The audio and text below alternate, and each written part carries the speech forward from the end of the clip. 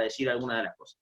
Ahora empezando un poco con la cuestión Malvinas en sí y todo lo que es el devenir histórico que nos lleva a la conclusión de que siempre fueron Argentina. Fueron, son y serán Argentina. Primero, desde que el hombre existe, desde que el hombre es hombre, eh, los recursos fueron el modo de vida para poder obtener todo lo necesario para la subsistencia. En su momento se dice de que lo que era lo que era Europa era el centro del mundo, era el mundo conocido, y obviamente que nadie se conformaba solamente con eso, y habían rutas para llegar a otras partes del mundo como Asia, y que debían expandirse. En este contexto de expansión, se descubre América, se descubre, invaden América, depende como viste que el revisionismo histórico te lleva también a pronunciar las cosas de una manera diferente porque hay diferentes interpretaciones. No la descubrieron, América siempre estuvo ahí, no es que cuando llegaron surgió la América, sino que llegaron e invadieron y bueno, se apropiaron de todo. Bueno, cuando vuelve Colón de, de descubrir este nuevo continente, que Américo Vespucio le puso el nombre de alguna manera a América, se firman dos tratados. Es decir, Colón llega, no vamos a descubrir todo lo que fue las peripecias y todo de Colón, porque si no, no vamos a terminar más. Eh, Cuando llega, vuelve Colón del descubrimiento de América, se firman dos tratados bastante importantes, que es la bula intercoetera, mayo de 1493, que después es corregida por las bulas alejandrinas, o lo que se denominó Tratado de Tordesillas, de 1494. ¿Qué importancia tiene esto? Nosotros, cuando hablemos ahora, vamos a hablar de lo que era el derecho internacional de entonces y lo que es el derecho internacional actual y la correlación que existe y la importancia que existe el significado del derecho, que es dar a cada uno lo que le corresponde o dar a cada uno lo suyo. En este caso, cuando se hacen las bulas alejandrinas, o las bulas papales, porque eran del Papa, el derecho o la vida de aquel entonces decía de que el papado, la iglesia, no solamente tenía dominio del universo espiritual, sino también del mundo terrenal. Entonces, todo lo que estipulaba la iglesia era acatado por todas las potencias que en ese momento eran conocidas como el mundo conocido. ¿Qué quiero decir con esto? Esas bulas decían de que determinados, la bula intercoetera, lo que trató de decir es, la iglesia le dijo de que todos esos descubrimientos eran de España.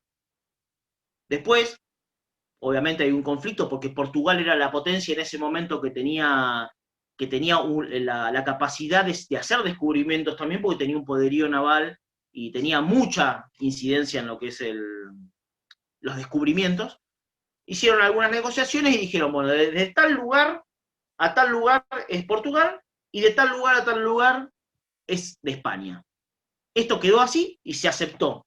De hecho, sancionadas estas bulas que estamos hablando, en 1494 y 1495, el Imperio Británico, en su momento los ingleses, no las discutieron. De hecho, ellos mismos a través de una bula obtuvieron territorios anteriormente, en el año 1300 y pico, que obviamente siguen siendo de ellos, pero en ese momento no les importaba. Pero fíjense, hubo un tratado de 1494 con Inglaterra, en 1507, en 1519, 1520, 1529 y 1543, y en todos esos tratados del reino español con el reino de Inglaterra jamás se discutieron las bulas.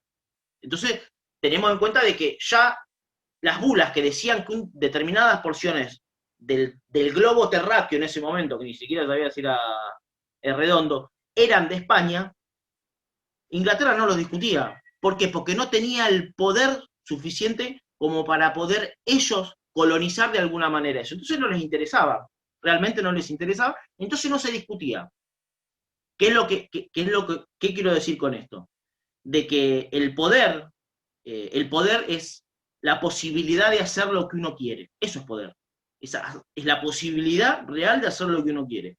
Mientras ellos no tuvieron el poder naval como para poder capturar, robar lo que a ellos les interesaba para sus intereses, para la redundancia, ellos no te discutían. Entonces tenemos de que apenas se descubre América, llega Colón, celebra la bula intercuetera, el Tratado de Tordesillas, y esto, si bien eran la Iglesia y España, Portugal, la Iglesia y España, vemos de que habían otros, estaba Holanda, estaba Francia, estaba Inglaterra, habían otras naciones, en ese momento no eran naciones, otros imperios, otros reinados, y nadie discutió eso.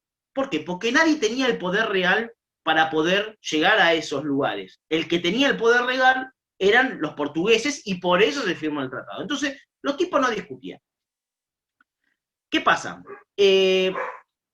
Cuando se dan cuenta de que esto era una gran fuente de riquezas, empiezan los problemas, pero más o menos a mediados de 1500 surge una cosa que se llamaba la Reforma Protestante y que tenía que ver con el hecho de que el poder terrenal no podía quedar en manos de la Iglesia, porque decían de que era una cuestión interna de cada uno el tener una conexión con Dios, que no tenía que haber un intermediario con la Iglesia, pero esto también tenía que ver con las cuestiones de los territorios, porque la ley divina solamente estaba en el foro interno cada uno y cada uno se podía comunicar con Dios, significaba que cada uno era una iglesia en sí mismo, por decirlo de alguna manera. Entonces, el Papa perdía, o el papado, la iglesia perdía la posibilidad de dominar el mundo terrenal. Qué conveniente para Inglaterra que a partir de este entonces ellos empezaron a decir, bueno, pero si los derechos de ellos están basados en bulas, que están avalados a su vez por el Papa, en realidad no tienen ningún tipo de sentido, ¿no? Entonces ahí empezó la cuestión. Empezaron ellos a decir de que no había ninguna validez, de que el mar era de todos, que los territorios eran de quien los ocuparan, y empezó así todo un problema mientras ellos iban acumulando fuerzas, porque el crecimiento de Inglaterra fue gradual, mientras a través de la piratería y etcétera, etcétera, etcétera. Pero bueno, yo me hice acá una listita, un listado de cuestiones. Bueno, como vemos, cuando se descubre América, vieron muchas expediciones para poder rodear esa porción, porque nosotros tenemos América así, acá tenemos Europa, por decirlo de alguna manera, tenemos Europa acá y tenemos América acá. Los tipos no podían pasar para el otro lado, que fue lo que realmente llevó al descubrimiento de América, que era rodear y hacer una ruta de las sedas diferente, que sorteara el rodear África. Entonces, ¿qué es lo que dijeron? Bueno, tenemos que empezar a ver otra ruta para poder pasar al otro lado e ir a hacer este camino. En esa ruta existió la expedición de Magallanes. Existieron muchas expediciones, pero vamos a hablar de la expedición de Magallanes. Antes de empezar, hago un pequeño paréntesis. Malvinas, la cuestión Malvinas es un tema muy amplio, es como la medicina.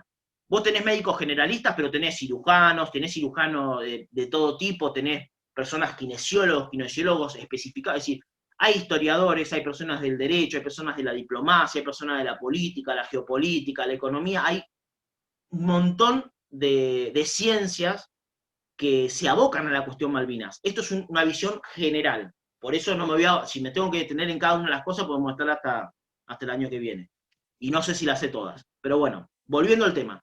Buscando este camino que pasara para el otro lado y poder ir al lugar donde se comerciaban las chinas, se descubren muchos territorios. La Patagonia, en general se rodeó la Patagonia, y se descubre el Estrecho de Magallanes y el Cabo de Hornos, que son dos cosas muy importantes. ¿Por qué son muy importantes? Porque son puntos estratégicos que son pasajes interoceánicos entre un océano y otro. Es decir, el océano Atlántico y el océano Pacífico. En ese momento, cuando se descubre eso, más o menos poco después de la vuelta ¿cómo se llama?, de Colón, en los viajes de Magallanes, más o menos en el 1520, por ahí, se descubre el Estrecho de Magallanes, que tiene su nombre, y el Cabo de Hornos, o pasaje de Drake.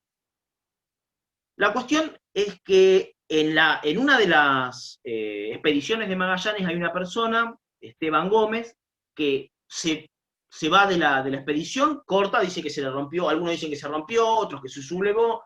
La cuestión real es que él corta camino hasta el Estrecho de Magallanes, nosotros tenemos el Estrecho de Magallanes, empieza acá y las Malvinas están por acá. Entonces, ¿qué hace él? Él tenía que volver, trazar una línea para volver a Europa, para volver a lo que era Europa, o por lo menos entrar en África, para poder rodear África y llegar a Europa. ¿Qué lo quiso? Se fue y encuentra su paso a las Islas Malvinas. Esto es más o menos en el 1520. Esto es importante entenderlo. Él las descubrió, las vio. En este caso es importante entender algo. El descubrimiento tiene una importancia jurídica, pero no tiene una importancia con respecto a lo que es la soberanía, ¿no? ¿Por qué? Porque descubrir, del punto de vista, normal, como no puedo decir, yo descubrí tal cosa, es una cosa, pero desde el punto de vista legal, el descubrimiento no es solamente la apreciación visual, no es que yo veo algo y jurídicamente lo descubrí. ¿Por qué? Porque vos te fijás que en ese momento todas las cartas náuticas, no solamente algunas decían verdades, sino que muchas mentían. Muchas cartas náuticas mentían. Si no, imagínate que tendrían que haber dragones, tendrían que haber millones de cosas que no existieron. Entonces, ¿qué es lo que pasaba? Él las descubrió, las metió en un mapa. Después de ese descubrimiento, existió el descubrimiento de Loyasa en 1526, el descubrimiento de Simón de Alcazaba en 1534. Después Francisco Camargo en 1539 y otros.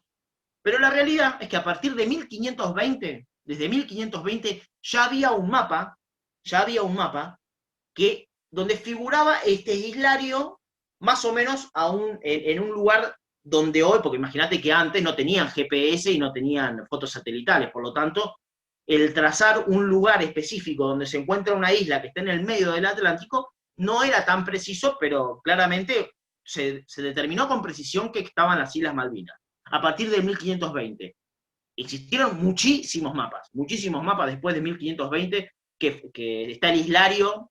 Hay un islario que es muy famoso, que no me acuerdo cómo se llama, el islario, bueno, no importa cómo se llama, después si quieren le pongo unos links para que los busquen. La cuestión es que a partir de 1520 el mapa estaba. Pero ¿qué pasa?